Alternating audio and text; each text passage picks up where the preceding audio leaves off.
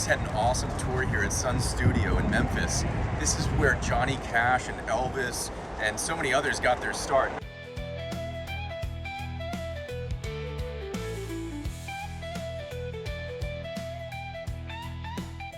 Johnny Cash was selling televisions door to door. He would come into the studio though repeatedly because he was really into music and he was hoping they would buy a television and he could use that to record his own session. And actually, they did buy the television from him.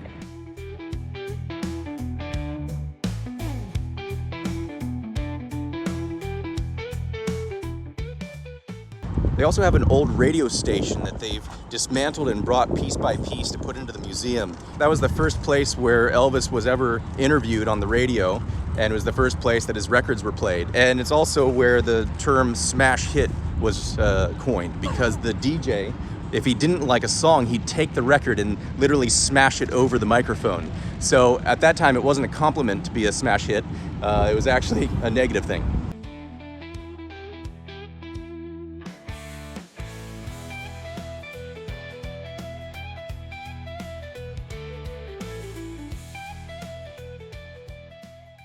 The first major hit to be recorded at Sun Studio was by Rufus Thomas, and it was called Bearcat. And it made the studio a lot of money until they got hit by a lawsuit because it had been recorded by another artist previously. So Sam Phillips needs to make money, and he comes up with the idea of charging only $4 for a recording session, which is very affordable and attracts all kinds of artists to Sun Studio. One of those is an 18-year-old Elvis Presley, who's working at an electrical shop.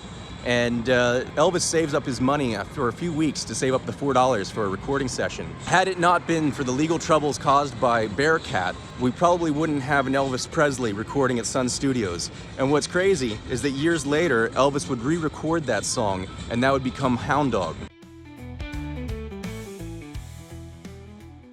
One interesting story they shared there was this artist Roscoe Gordon, who his records were being played at a radio station in New Orleans, and the radio waves were being picked up in Jamaica by some of the early artists, the first artists to perform reggae. So they really credit this Roscoe Gordon with being the origin of reggae in Jamaica.